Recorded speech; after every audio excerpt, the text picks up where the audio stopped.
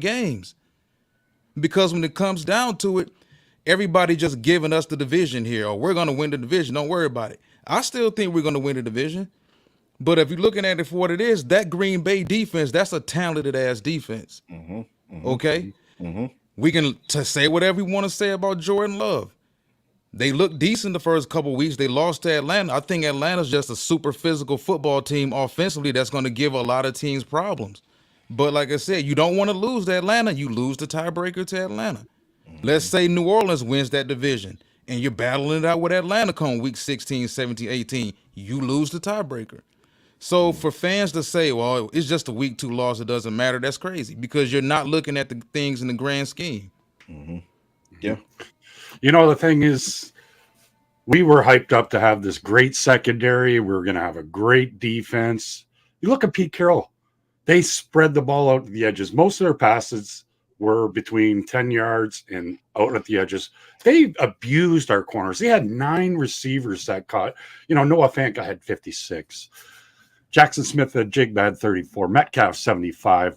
Tyler Lockett 59. The list goes on and on and on.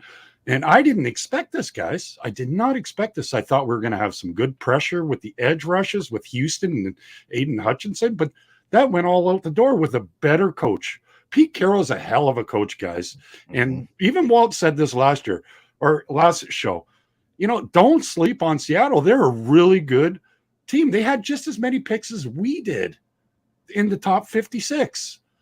So I was there at the game, and I had these freaking 5 guys, Seattle right behind me, chirping in my ear.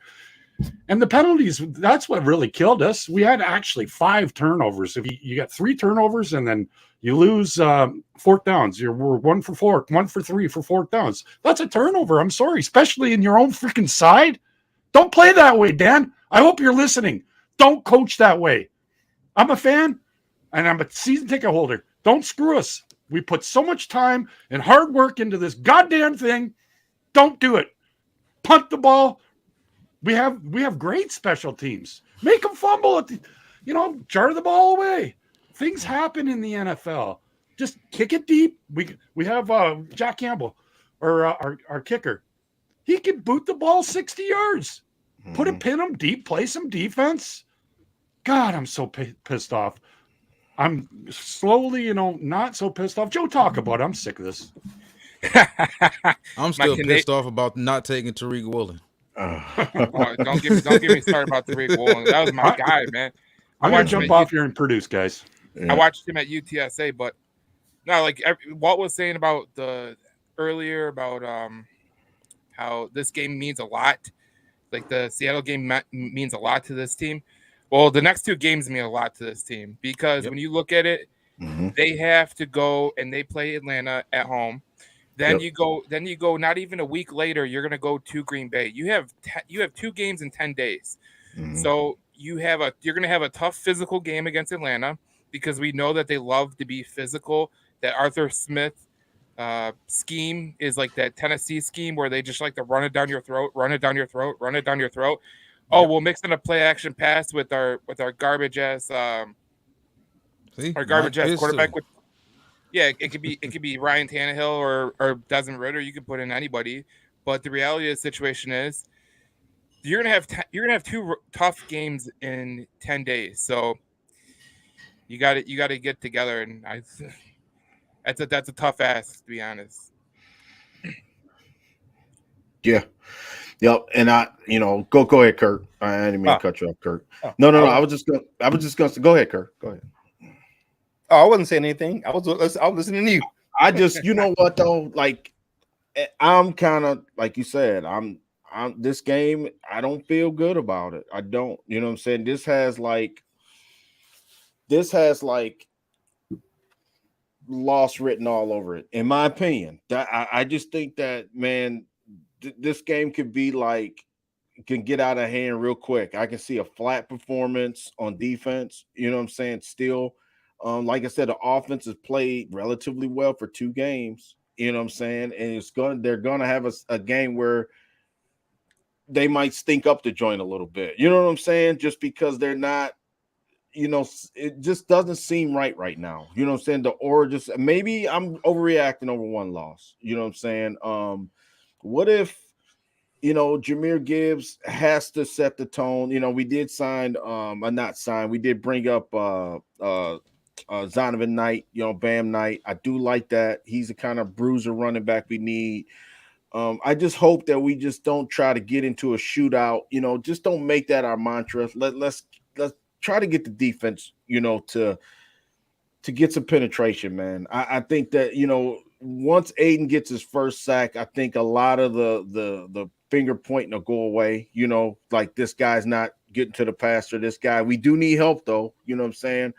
For the God life of me, I don't understand the infatuation with Romeo Okwara. I mean, I hope he can do the job. He hasn't shown me anything since he's been here to show me otherwise. That's why, like, I don't have a good feeling about this game, man. You know what I'm saying? This feels like the Carolina game to me. Even though Carolina was on the road, it just feels like I hope our guys are ready to play, because Atlanta can make you look silly. You know what I'm saying? Because I can see Bijan, I can see Drake London, I see weapons on the other side just like we got them. You know what I mean? I can see a quarterback trying to make a name for himself in Desmond Ridder. Hopefully, and this game will go a lot with Jared Goff too. I mean, if Jared Goff can somehow, this may be a big ass putting this team on his back. I mean, you know what I'm saying, and maybe get us through a game like this. You know what I'm saying, where our defense is kind of shell shocked. With some injuries, the offensive line, injured as well. You don't have Dave Montgomery. You know what I'm saying? This is a game where, I think this will go a long way in the Goff train, if you will. You know what I'm saying? If he could somehow get us to a victory. You know what I'm saying? I just hope that the approach is a little bit different. Like you said, I do like Dan Campbell stick to his guns. I do like that about him. He don't care what nobody says. He's sticking to his guns. So I think that part of it, the stability part of our coaching staff is a plus for us, because it's worked. Let's be honest. It hasn't worked the last couple games on defense, but remember we said at the same time last year we were there. Well, they were 1-6, and then all of a sudden a light bulb went off and they started stringing off victories. So hopefully this is a game where they don't think that they can just show up at Ford Field again and have 60,000 and think that that's going to win them the game. They're going to have to play this. They're going to have to play some ball, man, to win this game. So hopefully, we're going to see, like, the coaching, Dan Campbell. We're going to see when everybody's not patting you on the back, when you're not a hard knock, when you're not like everybody's favorite. We're going to see, you know what I'm saying, in his coaching tenure. This is a big game for him to see how they react and see how they come back from a disappointing loss. So, yeah. Well, for me, coming into this game, I think that it's going to be, what do you call that? Not strength on strength. Both teams have matchup advantages. I think that they have a strong running game, which is an advantage for them. We're gonna test our defense. Our offense is gonna test their defense, because they haven't faced a passing offense like us in their schedule so far. So if you look at the first two games, they faced two young quarterbacks, really just starting them out and making their name. Jordan Love, he had a good game against the Bears, but the Bears.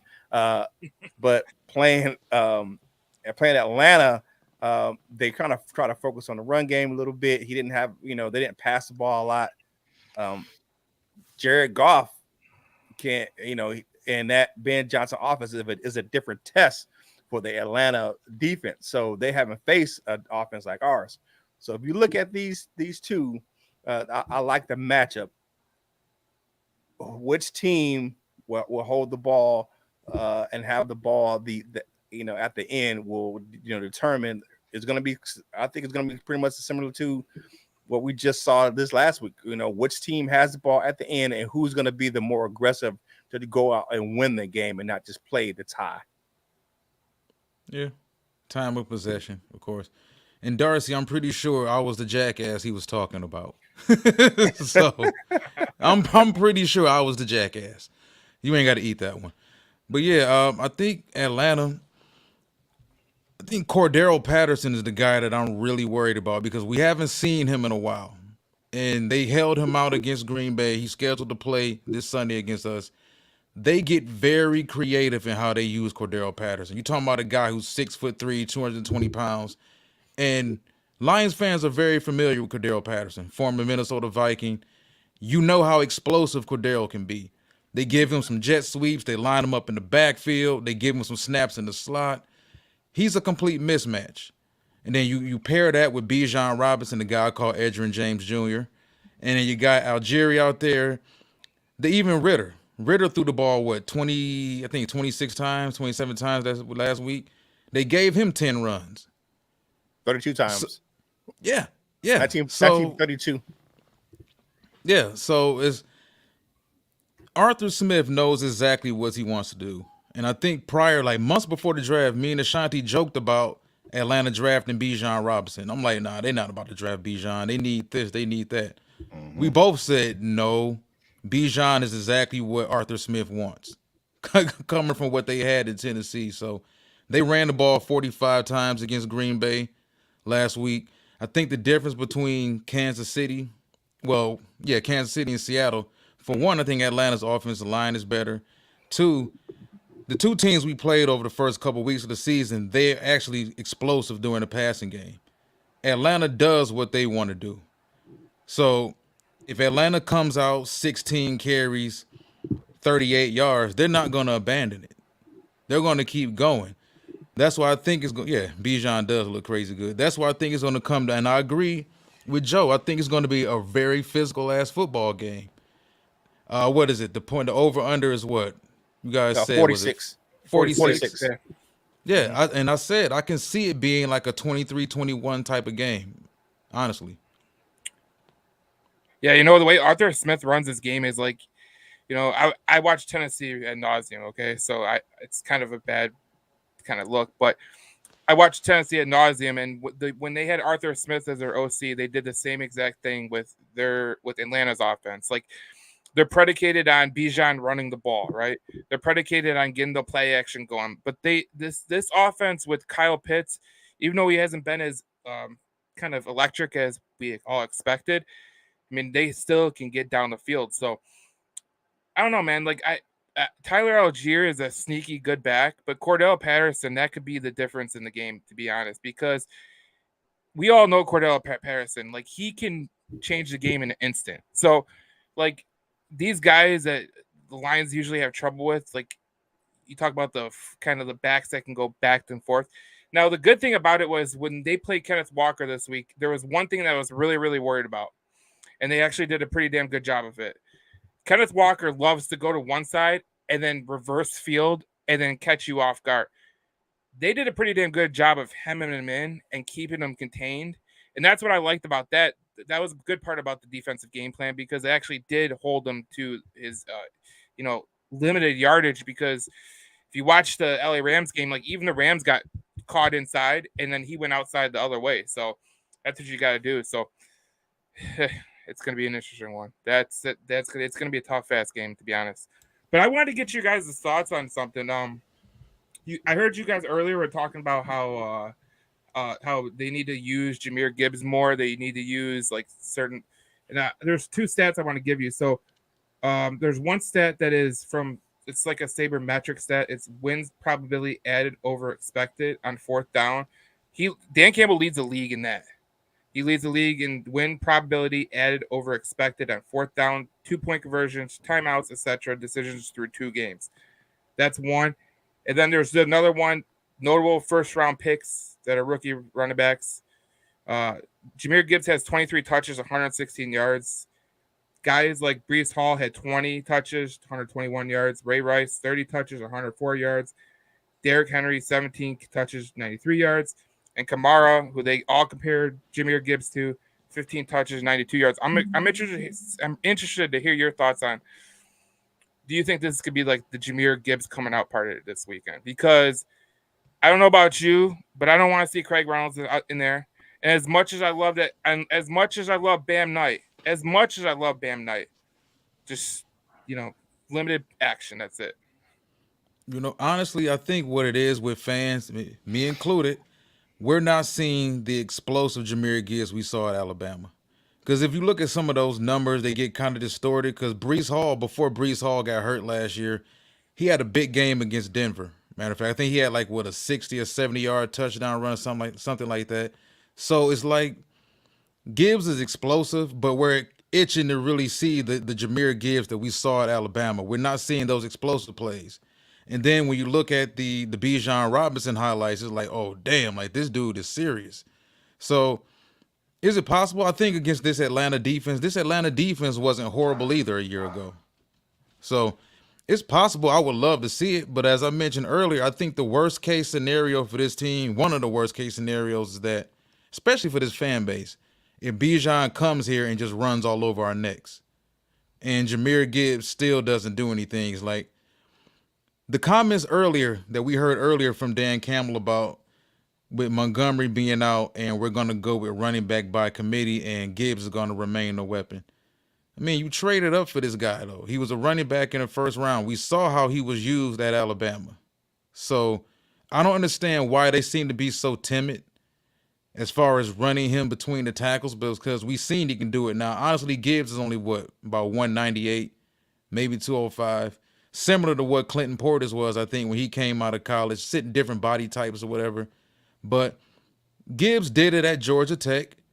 Gibbs did it at Alabama, so I just don't understand why they're so hesitant to really give him the ball and really take the training wheels off. But I'd love to see it.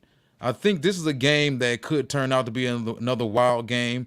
Not a wild game as far as 45-40 or anything like that, but when you look at the guys that Atlanta has on the outside, and I agree with Joe about this, you look at guys like Drake London and Kyle Pitts.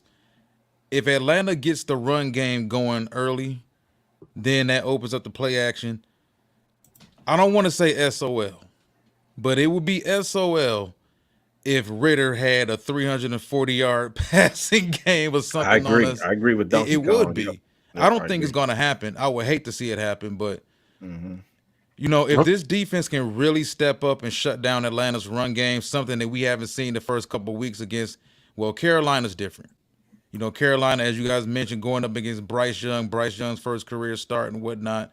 And then you look at Jordan Love, not second career start, but this is Jordan Love's kind of his coming out party as a starter as well. So he's going up against some situations that he hasn't seen also. So I do believe if they can shut down Atlanta's run game or at least keep them bottled up, which is going to be super difficult because they got so many weapons in the run game, we have the ability to kind of close out Atlanta because defensively we got some guys, and I agree with Curt, we got some guys offensively that can give Atlanta some problems. I wanted to say thanks to all the podcasters like John and Dad coming on here. John left us with a couple of things he wants us to talk about. He wants to talk about the injuries and where the hell is Aiden Hutchinson? I know he got held on that last play. I was at the game. And those stupid freaking annoying Seahawk fans were, oh, no, it wasn't. Yes, it was. It was a freaking hole. I could see it from the upper level, idiots. Yeah, he's not getting any respect. No, he isn't. And the refs, that's not fucking, that wasn't freaking fair. That was not fair. You guys had a better view. And I hate not having the information. I'm going to get some kind of transistor radio so I know who's going out. Like Vitai's huge. Losing Vitae is huge, Yep. And then not having Taylor Decker for that game, that didn't really help either. We lost James Houston. We lost Vitae. Is Kirby Joseph hurt, or did he come back? Or he came back. He's fine. Yeah, he came back. He's fine. Okay, so CJ Gardner Johnson, he went out, and I thought it was cramps that he got hurt with, but that was Amon-Ra St. Brown had the cramps. It was the he had it looked like, I thought it was a stinger, I guess, for his when he got hit, but it was his pectoral. He's out. He actually played the whole game. He had to play the whole game with a pectoral, torn pectoral muscle. So he played the rest of the game, came back in, but that's something you don't play with for long term. So you need to shut him down. Dan Campbell said that there's I don't think it was a complete tear, so it may be a thing where they can, get him back maybe toward the end of the season. We already know it's 6 to 8 weeks for James Houston and the ankle, that fractured ankle. Yeah, that's tough. That's a tough one. Vitae, I don't think it's going to be something that's going to be long term. He may miss a game or two, just because of the fact we didn't see him on the IR. We're gonna see what's gonna happen with. I think St. Brown will be fine. I just think maybe it was toe issue or something like that. But we're gonna I think the big thing for this week is, can we get Decker back in the lineup? Says we'll know more tomorrow once the their injury report comes, the practice report comes out tomorrow. So, the one thing I can say about the injury to CJ Gardner-Johnson, where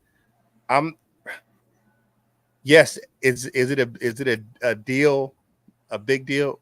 Yes. Is it a deal breaker? No, because you have a veteran like Tracy Walker, who was a starter, who kind of got pushed out because of really Brian Branch kind of helped push him back on the depth chart. But Tracy Walker's not none of the guy, the team captain, led the team in tackles a couple of years ago. I think that we'll be okay in that with that safety position back there, teaming up with Kirby Joseph. I think that part is not, because we still have Brian Branch in that nickel position. Now we get Branch go down, we bring in old Willie. I think we're gonna have some issues. but please, yeah. I agree with Curt. That was a good point, Curt, about Tracy Walker, and I think he got kind of lost in the shuffle a little bit. You know what I'm saying? And heads, he didn't pout, he didn't get upset. You know what I'm saying? Because he could have easily, just assumed the role during the preseason, and you could see he kind of got squoze out a little bit. You know what I'm saying? And that's what a professional's supposed to do. He is a leader on this team, probably maybe one of the longest tenured, Lions that's on the roster. So I respect for that. And he's involved to tell you, Tracy Walker been my guy, man, from the start. You know what I'm saying? I just think it's something about him that's infectious, to play. Just a guy you can count on when he's out there. He's always in the right spot, unlike Will Harris. I'm a big proponent of being in the right spot on defense. You know what I'm saying? It's important. Because you have to be, counted on in certain situations, especially the fourth quarter. This next game, I want to see fourth quarter execution, man. I want to see, because we know Jared Goff from 20-yard line to 20-yard line is very good. You know what I'm saying? But I do want to see, fourth quarter, if it's a tight game, I do want to see this team in a situation where, they have to make some plays. You know what I'm saying? They did. And let's be honest, Josh Reynolds was another guy. I had the audacity to say that I thought that he may be like on the bubble, because our receiver room was kind of deep at the time with Antoine Green and Chase Cota at the beginning of, training camp. I was thinking those guys would maybe push him out. But arguably him and Khalif Raymond have been great, man. You know what I'm saying? As far as like being able to be dependent on. Josh Reynolds has made some big plays, man. Whoopie. To start the first couple games. That throw from Jared Goff, that second touchdown was, man, that was on point. You know what I'm saying? I'm not a golf guy, but I give him credit. That was a bbig time throw, big time catch, big time play when we had to have it. The Kansas City, remember the last drive we scored on before the game, before the last touchdown drive, the play the actual Dave Montgomery actually scored on. Josh Reynolds caught that long, 40-yard pass on a third down play. You know what I'm saying? And what I'm saying is I just want to see the execution been there. The offense has been way better than I thought, to be honest with you, because I thought that the defense would be way ahead of the schedule by now. You know what I'm saying? So now I'm worried about Enrique. I'm worried about Alimi. I'm just worried, like Aiden Hutchinson is like kind of on an island, and other teams know that. So now they're just like really trying to take him away. You know what I'm saying? And wanting somebody else to step up. Who was that other guy? It was James Houston at the time. James Houston was that guy last year. But now you got to find somebody else, man. So I don't know if it's going to be more. Can you maybe send Jack Campbell on some blitzes? Can you stunt more? Can you do something? Move maybe. Now, one thing I was thinking this too. Aiden Hutchinson, remember last year, I think Aaron Glenn had the most success and got him off the slow start. Aiden Hutchinson, moving him up and down the line. I don't think they've done that yet. And I think if you put Aiden Hutchinson and move him around on that line, I think that may be what needs to happen in this next game. You know what I'm saying? Because they do, let's be honest, Atlanta's got a pretty good offensive line. You know what I'm saying? And they're going to be able to cause some problems. Charles Harris, I've seen enough of Charles Harris. He's way too small. You know what I'm saying? Unless you're going to blitz him or drop him back into coverage, please stop having him rush the passer because it's not working. I mean, he's probably given up a couple inches height-wise and maybe 30, 40 pounds. I just don't think Charles Harris is the guy right now to get the pressure from. Maybe Aquara. Maybe he's a guy long arms, long and lanky, can, quick first step. He's a straight line guy. Maybe he can get, take advantage of these guys coming off the edge. I don't know. The only reason why I think this is going to be a close game is because you're just not sure on defense. Like offense, we know. Like offense, Philly, we just about know this team can score 20. You know what I'm saying? We could score 21. And I think, and it won't be a hard ask to do. I think defensively is where it's a question mark, man. You know what I'm saying? And somebody has got to step up and make a play for this team other than, the usual guy like Aiden Hutchinson, like Brian Branch did the last game. And people say, oh, that was a lucky interception or he hit tip ball. It makes no difference. You know what I'm saying? It's just somebody go out there and make a play. And every game, it seems like somebody does step up, at least offensively. I think the defense does have to do the same. So Atlanta going to be tough sledding, man. I think we can beat them. I think we're mirror images of each other. I think Ritter and Goff, you look at it. Look at Bijan Robinson. Look at Jahmyr Gibbs. Look at Drake London. Well, I mean, maybe he's a little bit taller than Amon-Ra St. Brown, but if Jameson Williams was out there, you can compare Drake London and Jameson Williams. It's just we got a similar team, and their course of rebuild and action have started the same time we have. Us, Seattle, and Atlanta kind of almost the same. So I want to see something, guys. I want to say I don't know. I'm not going to say the Lions not going to win this game. I'm not going to say that yet. It's still Tuesday. Fresh off a loss, but I do think that this is going to be a tougher game than people think. I say watch out for Jesse Bates. Jesse Bates is a ball magnet, been a ball magnet since he came to NFL, made tons of plays for the Cincinnati Bengals, left in free agency. He's in Atlanta right now, had a monster game week 1 against Carolina. I understand he was going up against Bryce Young or whatnot, but he's the same old guy, man. And Jesse's a guy that can tilt the game completely, whether it be taking the ball out of the air or coming up forcing fumbles. Hell of a safety. So to piggyback off what Ashanti was just saying, how do we tilt that? Who's going to be our game changer on defense? The guy that can really get things going. So, like I said, between the Atlanta Falcons run game, and you look at them defensively, AJ Terrell hasn't played as well as he did his first couple years in the league, but AJ Terrell is still a hell of a corner, I believe.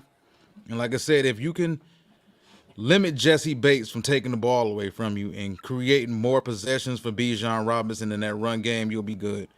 Because I think with the way Atlanta sets everything up, time of possession is going to be crucial.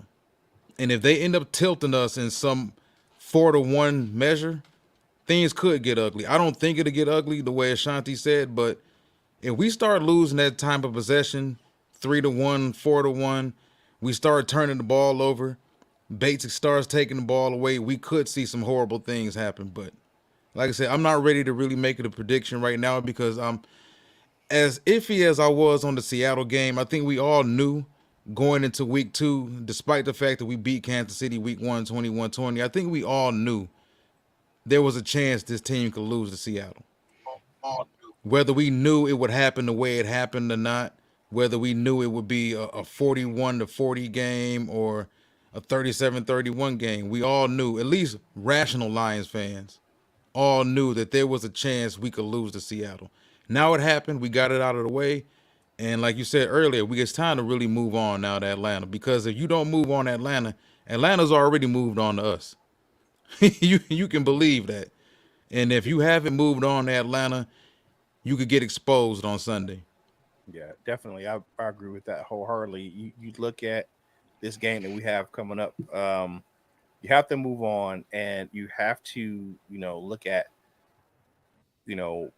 playing to our strengths. And one thing that I think I'm begging is that I hope Jeff Okuda makes his debut this You sure? against the Lions. Yeah. You sure about that? Yeah, man, I'm sure about that. Yeah, I'm sure about that. I'm sure about that. I'm sure about that, man. Yeah, yeah, never be too high, too low, but yeah, I'm sure about that. All right. Yeah. If you look at because I just think that you with Josh Reynolds, you got Sam Laporta, you got Amon-Ra St. Brown, the underrated guy with Khalif Raymond, who does a lot of the dirty work underneath. We have enough weapons to test their defense. It's just going to be like you said. Well, what can our defense test their offense? But can we at least slow down the run game? I don't think we can completely stop it, but can we slow it down enough to make it a tight game?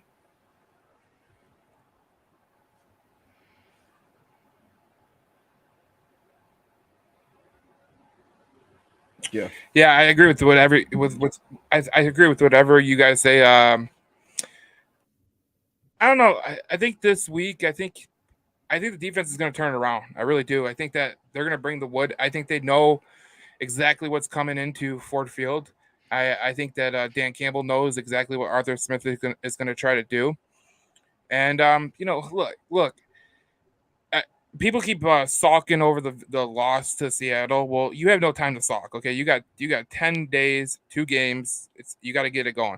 So if you've ever played sports before, you have to deal with a bad loss, and you have to turn it around really quick. So that's what I look at with this game. I think that they should definitely put it together. Do you guys know how difficult it is with football? Like whether you play basketball or baseball or whatever, in football you can't help but think about the what ifs. Whether you're playing football or not, or even being at home. So like you said, it's time to move on, man. We got the Falcons coming in. We know exactly what they want to do. I don't think the Falcons are going to deter from that at all. The Falcons brand of football just bleeds 20-20. Unless you're a team that just can't handle them. Now, as Ashanti said earlier, we just don't want it to turn into like the Carolina game from a year ago or the Seattle game earlier where Seattle ran the ball all over us or whatnot. But if we can hold them to just looking at the way Atlanta likes to run their running game and as versatile as the scheme is and with the different talent that they have in the backfield with Patterson and everybody, to me, it would be a win if we can hold them under 130.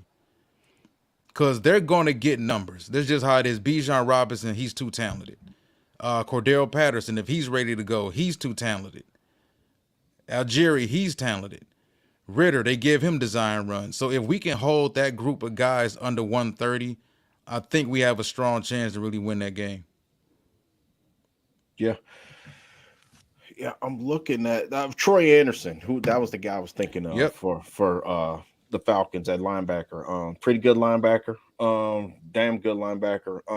Atlanta got talented. They just like us. I think it's a mirror image of teams trying to get, like you said, Jesse Bates in the backfield, in their secondary, to go with what we have. It's damn near a mirror image of the team. And like Curt said, I think it's going to be,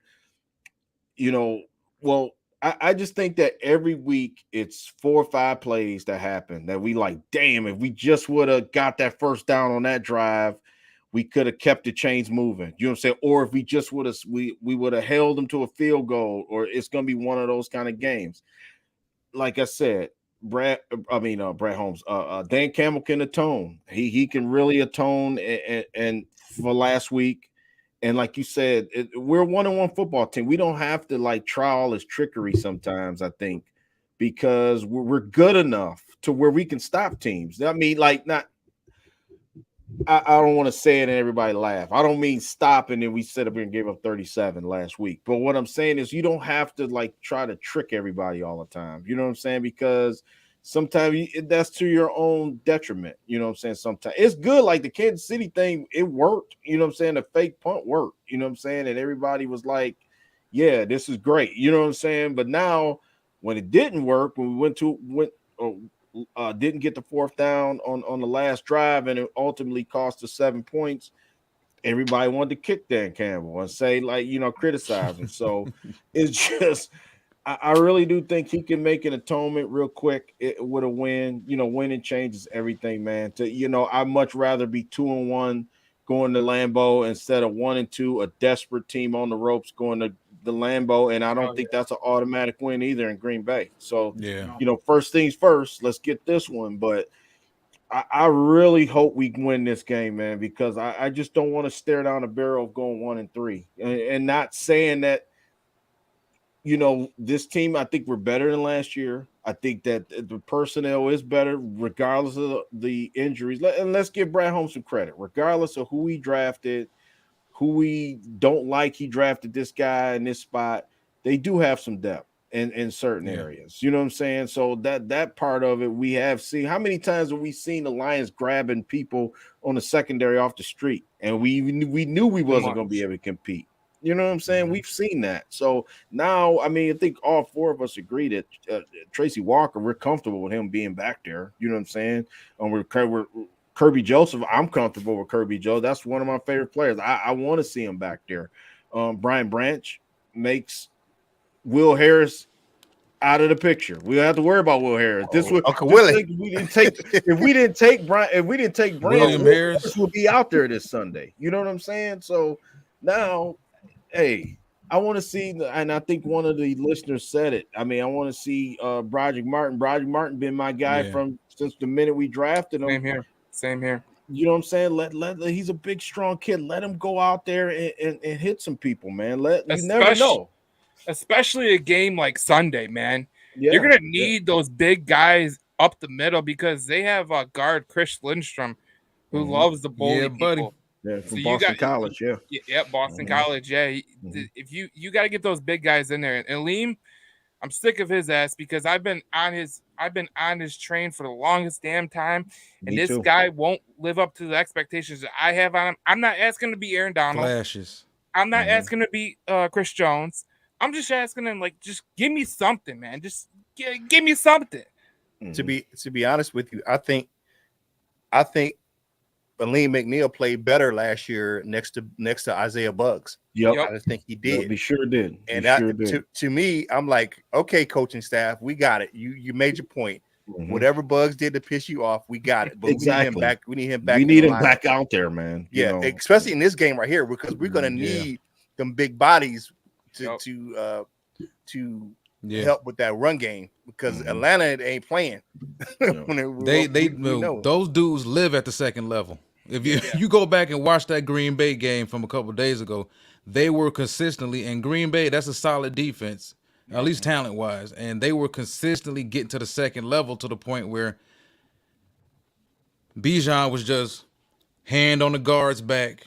It wasn't a situation where he had to consistently shake a lot of people, which you can't do. But yeah, they made it a lot easier for him than it would be for a lot of other talented running backs. But I'm gonna go back to Jesse Bates. I don't want to compare him to Ed Reed, but he's Ed Reed-esque in his ability to be that guy on the defense that can completely tilt games, man.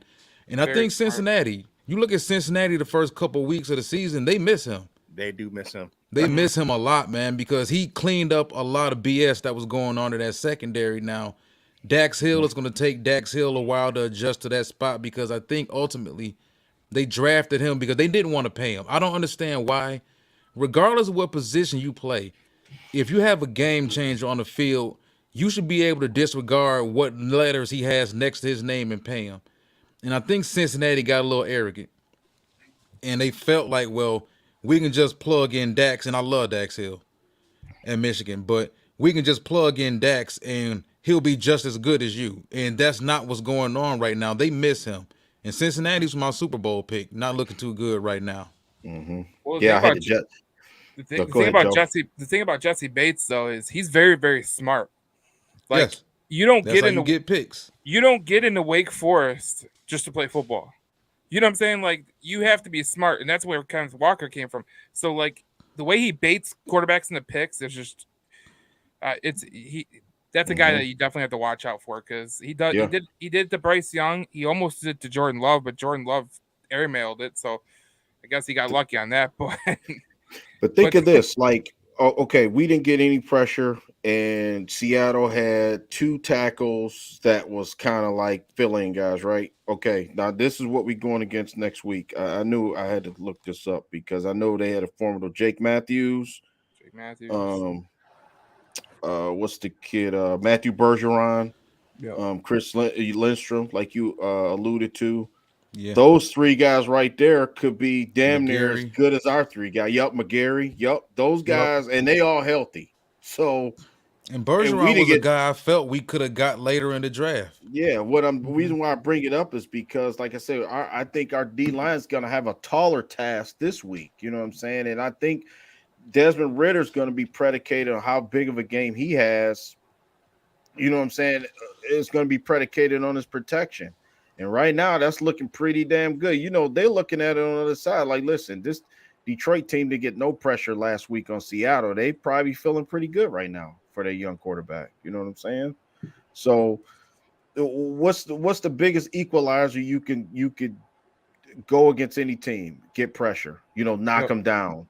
No, you know, get a. You know, maybe you might not knock him down. Maybe just let touch his jersey. You know, maybe the next time you run into him. You know what I'm saying? Just little nuances of the game. Geno Smith never felt pressure one time. You know what I'm saying? He was comfortable the whole game. So I think you'll see the pass rush of the Lions really try to make a concerted effort to get to, Ridder and try to make him uncomfortable. Just don't let him sit back there and just get comfortable and throwing dimes. I think that's number one. You know what I'm saying? If we do that, I think we'll be fine. I think because offensively we can score and keep pace, which that was the one thing I was worried about coming into this season without J-Mo to start the season and just giving 2 new running backs and the situation maybe have to gel a little bit, but the offense been tight, man. You know what I'm saying? So I think as long as the defense comes to the party, we'd be good.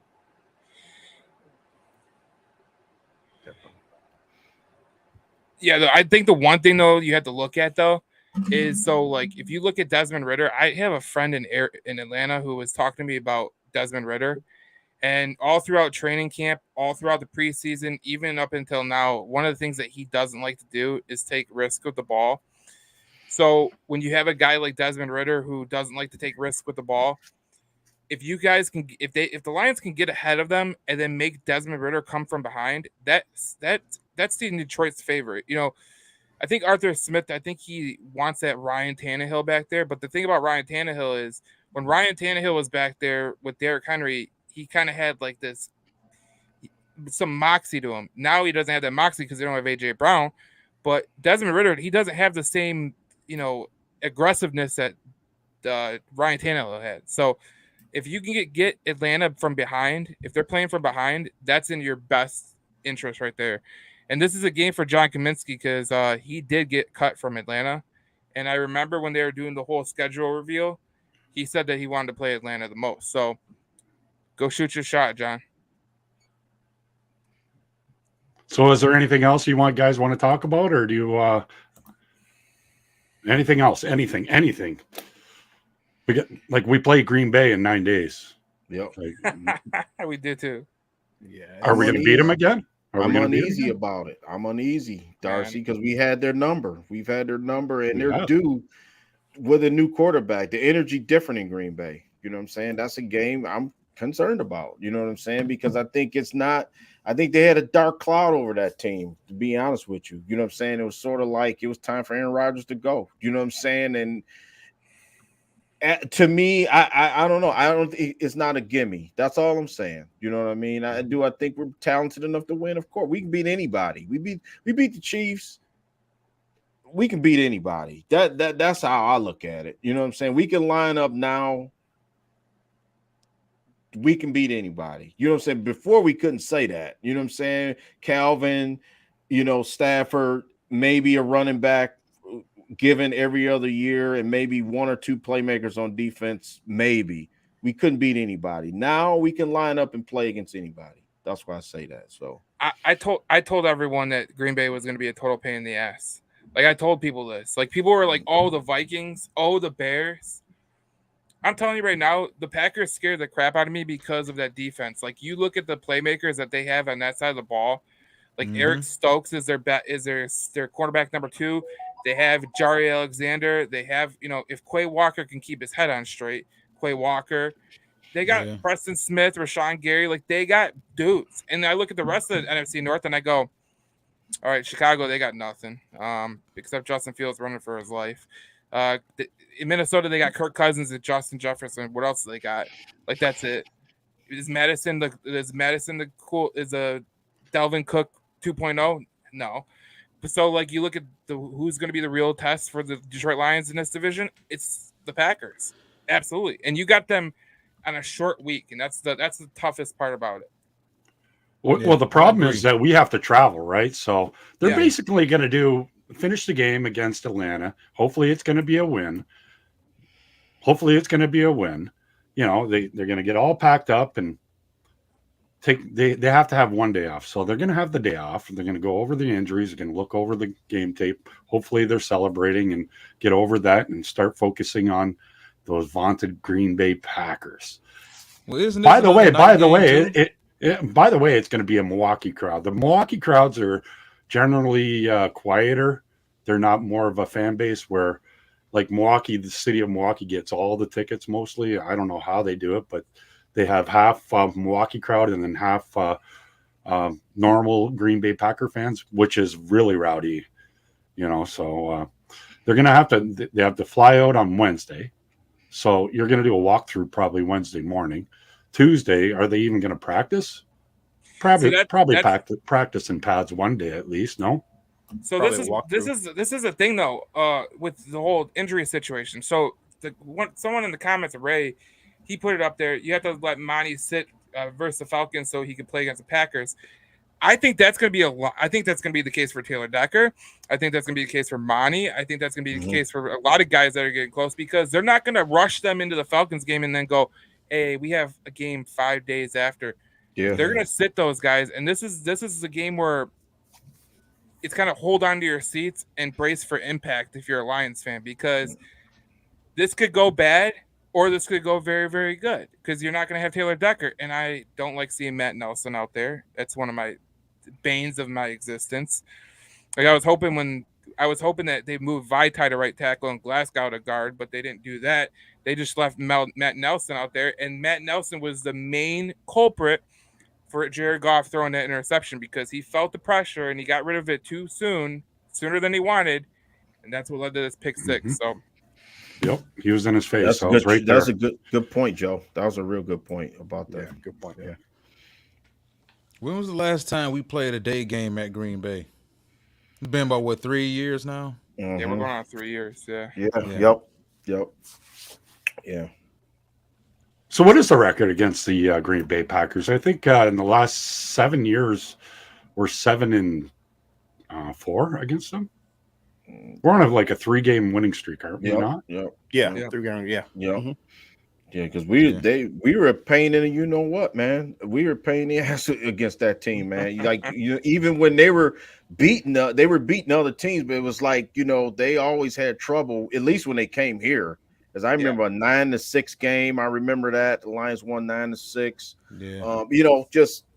It's been a lot of close games, and it's been some games where the Lions played them tough in Lambeau, and then they finally broke through and beat them a couple times. After that ridiculous, what was it, 18 years, we didn't win, and they finally, Stafford probably finally broke through and won a couple. So I like the rivalry. Jordan Love, listen, it's going to be good. I think that people are selling them short, man. I can't believe people are selling them short. Like when Jordan Love came out of Utah State, I don't think people watch Utah State enough to know what he's about. Like if you don't watch I don't Utah State, understand why people hate him so much. Like you don't know enough about him to crack as many well, jokes on that's him what I'm as trying to. as That's people what I'm trying do. to say. Like if you didn't watch Utah State football, you ain't gonna know. But he was like one of my higher rated quarterbacks coming out when he came out because I was like, look, and the Green Bay was a perfect spot for him too because he didn't have to go and start like Zach Wilson did. You know, he didn't have to start like some of the other quarterbacks had to. He just had to go in there, sit behind Aaron Rodgers, and who better to sit behind than Aaron Rodgers? I mean, I know he's kind of a douche, but but you're learning from an all-time great. You know, that's the same way Aaron Rodgers learned was from Brett Yeah. Favre, and Brett Favre was kind of a tool too. So look, they have tools in Green Bay, and usually the quarterback that sits behind them ends up being pretty good. It's funny. Jordan Love, I think, coming out of high school, was the 92nd ranked prospect in his class. If you go back and you look at that class, man, it was a horrible class quarterback wise too coming out of high school. Out of all those quarterbacks, I think him and was it Herbert? It was either him and Yeah. I forgot what other quarterback in that high school class wound up being starters in the NFL. But yeah, I just don't understand what people saw in Chicago coming into the season. I don't understand what they saw in Minnesota. That was me. I said Minnesota, Chicago. dude. Just look at that roster over the last couple years. The guys they've lost, they've missed on a lot of picks too. There's a lot of guys they drafted that aren't on that team anymore either. And you look at it for what it is. Thielen isn't there anymore. You got Justin Jefferson, who may be the best receiver in football, 1A, whoever you want to put with him, Devontae Adams, whoever. And you got Kirk Cousins. Cook is no longer there. Didn't Kyle Rudolph retire? It's like I just don't understand what people saw. And I think what it is with a lot of these people, these talking heads around the league, they see 13-3, they see 13-4, whatever the record was last year, and they automatically tag that to a team the very next season. They don't pay attention, just like people don't pay attention to us. I remember watching a show on was it whatever that show is that comes on Fox with Shady McCoy, and they were talking about the NFC North. And they asked him, well, who do you think is going to win the division? The Vikings. Well, he said the Vikings. The Vikings. Yeah. Why not? Why not the Lions? Because they're the Lions. Like, you guys get paid handsomely to give those type of takes. Like, I understand that people don't sit around and watch the Lions all the time like we do. But come on. And if you look at it for what it is, if you're actually studying these teams, the type of games the Vikings were winning a year ago through the first 2 weeks of the season this year, they're the type of games they're losing. That's another reason why I was really not that high on Minnesota, because they were winning games that their asses should have lost last year. And they And have when more they talent. when they played thorough teams, what happened? They got their teeth kicked in. Dallas kicked their teeth in. Eagles kicked their teeth in. Like, it happens that way. And then the Bears, come on. Was it just wishful thinking? And I like Justin Fields coming out of Ohio State. Was it just wishful thinking that Yep.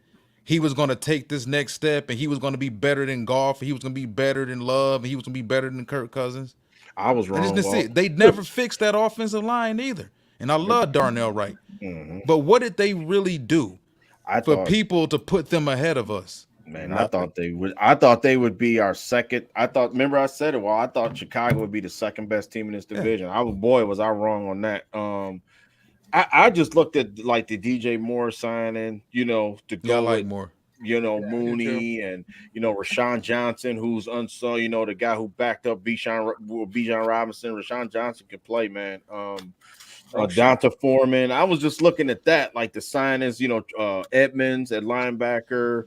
What's the TJ Edwards? Yup, from Philly. Yeah. So you look at it, you was like, man, okay, I see what they're trying to do. So you figure, but like you said, it's a little bit more further along. The rebuild is a little bit more in motion that I initially thought. So that's why I still got faith that the Lions could win this division. I mean, you know what I'm saying? I don't think, the only thing that can, like I said, stand in their way if like if Jared Goff just falls off a cliff right now, you know what I'm saying? But I think right now he could be the best quarterback in this division, which gives us a chance. You know what I'm saying? Because it's almost just like, the Lions are our team. So we live and breathe the Lions, and sometimes I think we are our own worst enemy sometimes, and we overlook at it, right? You know what I'm saying? And then sometimes we do say, hey, no, Atlanta can play. People discounting Atlanta and Desmond Ritter. And so it's like you gotta be like not too high and not too low. So Well, I get it. The notion around the league is you're the Lions until proven otherwise. That's just how it is. Until you prove it to everybody that you're no longer the Lions. And Kurt Warner made a valid point about us prior to week 1 against Kansas City. It's just so difficult for people to get past the Lions being the Lions. Whether Eric Kramer's there, Wayne Fonts is there, Scott Mitchell's there, Charlie Batch is there, Mike McMahon is there, Matthew Stafford is there. It's just hard for people to get past the Lions being the Lions. So this is one of the best podcasters. The viewers weren't up there. I'm kind of disappointed in that. They'll get up there. They do. I think the page is just oversaturated myself. But I want to give a big shout out to Curt Steele for coming on here. He's always one of my best podcasters here. Please subscribe to his channel. He's with Yard Barker. He's with Sidelines Report. Curt, if you could plug yourself and can you come on again, please? I love you, brother. Yeah, definitely. You can check out all my content is over on curtsteele.com. Just spell just like my name, curtsteele.com. And all my stuff from Yard Barker on my YouTube stuff, everything's right there on the homepage, man. And I appreciate everyone supporting. Thanks for Darcy for having me on, man. And you can get that Regal Lion hat right over there on curtsteele.com as well. It says Curt Steele gear right on the top of the page. Oh yeah, I'll put my order in right now, Curt. Yeah, I that appreciate hat cleaner than the Board of Health, boy. Thanks, brother. Appreciate it. Get yourself a Boss Up shirt, man. Y'all know what I say, man. You got to boss up and ball out, man. But thanks guys for having me on, man. I gotta check out, man. We'll talk to you guys later. Thanks for coming on, Curt. bro. Thanks, Curt. Thank you. Thanks. So, hey Darcy, before you go, I just me and Walt were going back about 2016 football recruiting class. Yep. Walt, guess who was the number 1 rated recruit in all the land? Was it Max Brown? No, it was Shea Patterson, Jacob Eason, and Brandon Peters. Jacob Eason with the big gun. Yeah, Justin Herbert was ranked 55th. okay. Shows you how much these people know coming out of high school, man. I'm telling you. Okay, so let's talk about this. Walter and Ashanti. Is that how you say it? Oh yeah, for sure. You good, Darcy. You good. Explain what happened here last week and how do you subscribe to your new YouTube channel? I know you just started a like page. You're going to go on LinkedIn. Talk about this because all the other podcasters that are listening, take note because there's going to be huge changes going on here. I'm hearing it coming down the line everywhere. People are telling me to take Detroit Lions off my podcast page name because you're going to get shut down just for impersonating. Talk about it, guys, and then plug yourself. And if you guys want to keep going, I'm going to jump off. But talk about this and whatever you guys want to talk about after. Yeah, I think Joe knows a little deeper about this than both of us do, but we're the ones that got kicked off. So yeah, it's pretty much been a clean sweep of anybody who was quote unquote impersonating the NFL, whether you have Detroit Lions in your page name, you can have Lions, you can have Detroit, I guess you can have Motor City or whatnot, but if you have Detroit Lions in there, that's a no-no. Using clips, NFL clips, that's a no-no. I'm not so sure about photos. I didn't hear much about photos, but using too much of any of that stuff, we used, I think, back in the 2022 NFL Combine, we used clips from the Combine also that we got flagged for. So they're coming down on anybody who's just trying to be a little guy and make any type of profit not necessarily off the NFL, but we're not even making any profit. They just want to come down on anybody who's quote unquote taking money away from them. So if you have to, if you can, go back, do a clean sweep of your page, make sure you're not using too many Lions logos. And I would advise that also.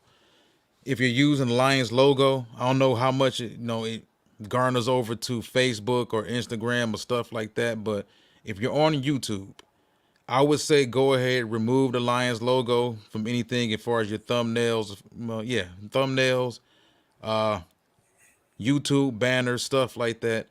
Just be as original as possible. You know, everyone knows you're discussing the Detroit Lions, but just try to be as original as possible. You don't want to lose everything. You got people out there that lost 2,000, 3,000, 10,000 subscribers on their page, people who really worked their ass off for years, who woke up to an email one morning and saw everything was flushed down the toilet. So I think Joe knows a little deeper about this, though.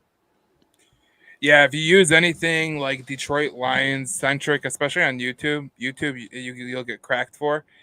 And I did notice something about YouTube that I want to let you guys know. The whole reason that they did this, literally the whole reason they did this, was because there were certain people acting like they were the team, and I'm not going to name the team, but it was a certain team in Dallas, and that's what really made this whole thing go haywire, and that's why YouTube revised their policies, and that's why you have all the things happening right now. And I know there's a lot of people that have like podcasts and YouTube channels devoted to like the Lions or the Red Wings or the Tigers, and they still use some of the logos. YouTube cracked down on that, so you just gotta change it all up and kind of like make it your own. On Facebook and Instagram, you could use the logos, but not for your page profile pic, and not for your like. You can't have your page profile pic be the Lions, and then be called Detroit Lions News like mine. You know what I'm saying? You have to have your own logo. Yeah. Yeah. Yeah, you said it best. Walt said it best, because it was like, man, we was happy because it was like we had built. It was like we was counting the followers every week. We was like, oh yeah, we got 300, we got 400, we got 450, we got 500. Ticker tape parade and everything like that, and then we shut down. You know what I'm saying? Just because. Sucks, man. You know what I mean? Yeah. Because we was even using Lion like the Ford Field logo on the back. I think I did that a couple times. I don't know if that's good. You know what I'm saying? So I think that's okay, but like I think what really spawned it on was there was a certain YouTube channel out of Dallas that was doing like Dallas Cowboy. They're breaking Dallas Cowboy news, and it was totally fake. And it, Jerry Jones had to squash that shit because he was like, "No, can't happen no more." Wow. It's usually one person. It's usually one person that spoils a bunch. Like I know my buddy who's a Vegas Raider. He's a Vegas Raider and Vegas Golden Knights fan, and he has a YouTube channel for like Vegas that's like I think it's over 100,000. He got hit with a copyright strike from some random page just saying that he was using too much Vegas logos. But yeah. Can't really blame them. I think there's some of these podcasters out here. It forces you to be more original now because some of these people were just plastering the team stuff all over. Yep. And sometimes when you do that, it's kind of like you're trying to welcome everybody. Hey, listen, I represent the Detroit Lions. See all these logos and this and that, this and that. And they're not really focusing on the content. So now there's no more any of that one size fits all Detroit Lions content where everybody just has Honolulu blue and gray just plastered all over everywhere and logos and this and that, and everybody's breaking the same exact news. So now people are forced to be a lot more original. Well, I know having like Between the Whistles Detroit, that's my YouTube page. Like when I was at a total disadvantage with everyone else. Like I was at a total disadvantage with everyone else. So I kind of see where it's going to help out for me personally. Not going to help you. You guys obviously took the shaft of it, but like when people broke Detroit Lions news and then they were like using the Detroit Lions names in their channels and like everything, like for me it was a total disadvantage because I started my own YouTube channel and everything with a totally separate name so I can go all Detroit sports. And then you got some that are just going, yeah, I'm just going to be called Detroit Lions Forum. And then you're like, what the hell? Or I'm Detroit Lions Powerhouse. And it's like, what the hell? Right. But it is what it is. But I'm you guys put up your YouTube page or yet? No. I think we're pretty much done with that. Like I said, we did start the fan page pretty much over on Facebook. We're going to start a group on Facebook. And we're going to move on from there. Start some more Instagram, some more TikTok, some other LinkedIn also. My advice to you this is my advice to you and any podcaster that really wants to start their own podcast. So I'd obviously do a live show with Detroit Lions News podcast, and then I podcast it all for people to like listen to on Apple, Yeah. Spotify, iHeart, all that stuff. So if people want to start a podcast of like a sport that they like if you like Michigan football, there's not many Michigan football podcasts out there that are pretty good. I mean, there's the Victors. I obviously have a tie to, but there's not many good podcasts out there for like the Pistons Lions. either. Yeah, Pistons. There's none. Now there's a Bad Boys Revival, which is starting on my Between the Whistles Detroit page. But yeah, their Pistons don't have any. Like the Red Wings I think there's like 6 or 7, including mine. So you want to start that podcast because people don't see you on Facebook or anything. They're gonna go to these stupid podcast platforms, and that's where you're gonna get most of your traction. So you go to like Anchor or any podcast hosting website, and they'll give you an RSS feed, and you could just put it all everywhere you want to go. So is the NCAA the same? Like as far as, let's say you wanted to start a Penn State podcast, can you use Penn State Nittany? Well, I wouldn't dare use Penn State Nittany Lions podcast, but there's a team in our backyard that really hates when you use their image and likeness, and it's the most famous team of them all. To be honest, it's the Michigan Wolverines. They don't like you using their logo. Like the winged helmet that you can use because a lot of high schools use it, but besides that, like no, they don't want any part of you using their imagery or their likeness or anything like that. Like they will totally they'll put a strike on you real quick. So I would advise people, man, if you're just starting out, because we did it, I know I did it for sure.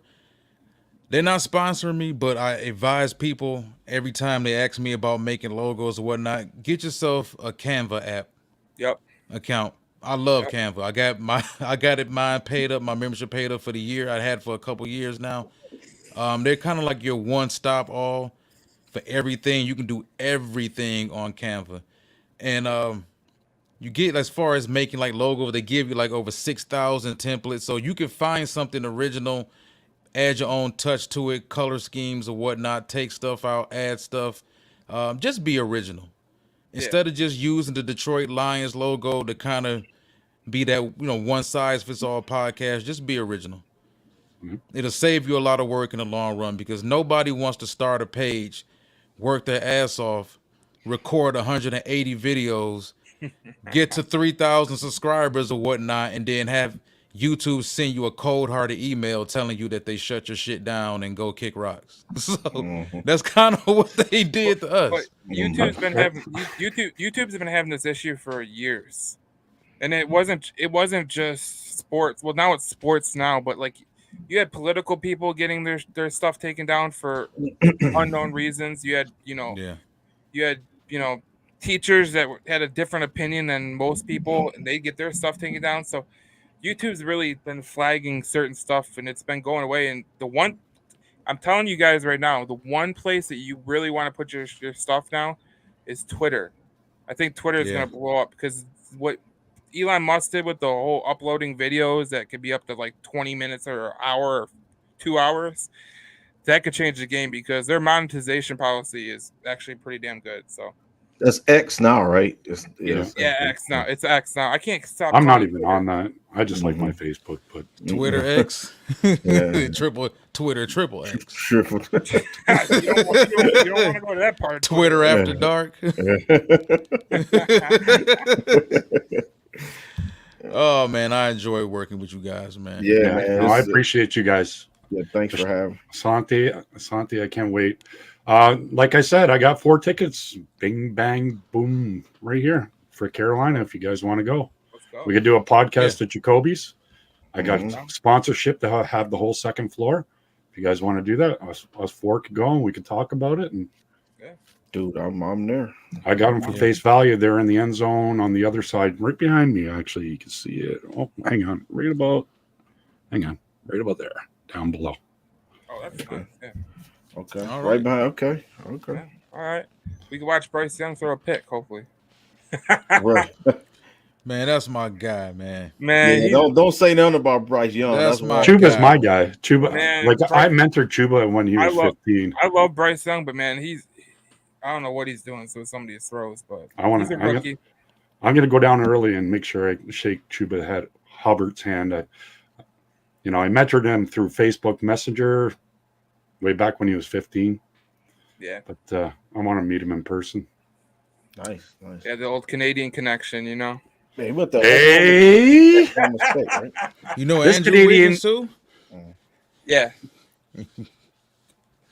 Hubbard's, Darcy, don't tell me you don't know who Andrew Wiggins is. no, I don't. He's from Toronto. No, no, I didn't. I coached I coached public school basketball, but Yeah. no.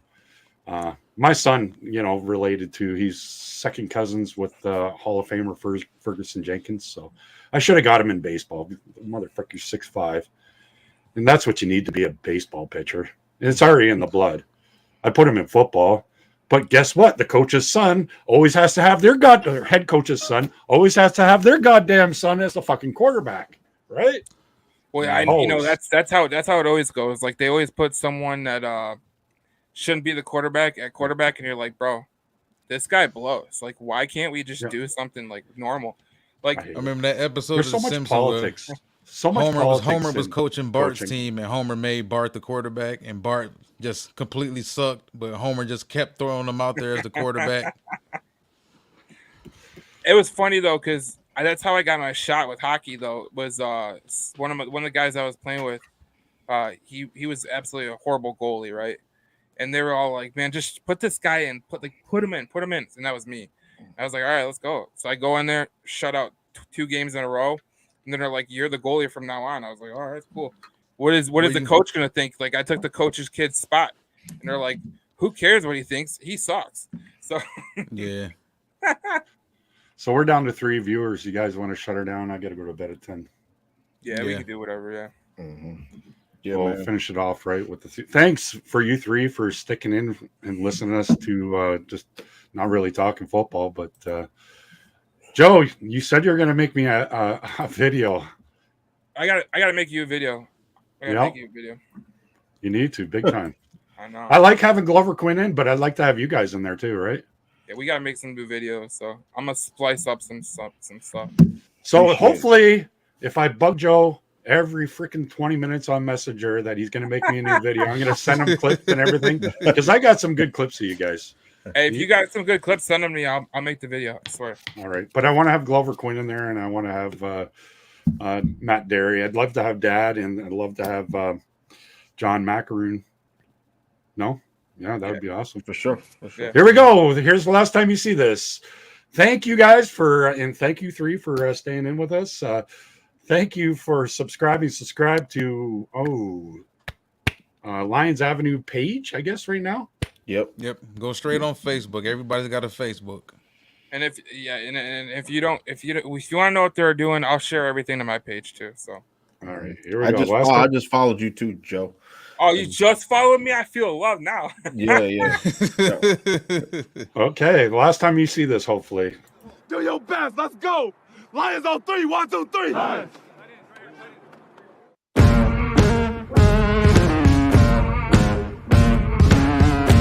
Oh my God! Victory Sunday. The Giants look at their schedule and they go, "Oh, the Detroit Lions," and they put the big W, right? Correct.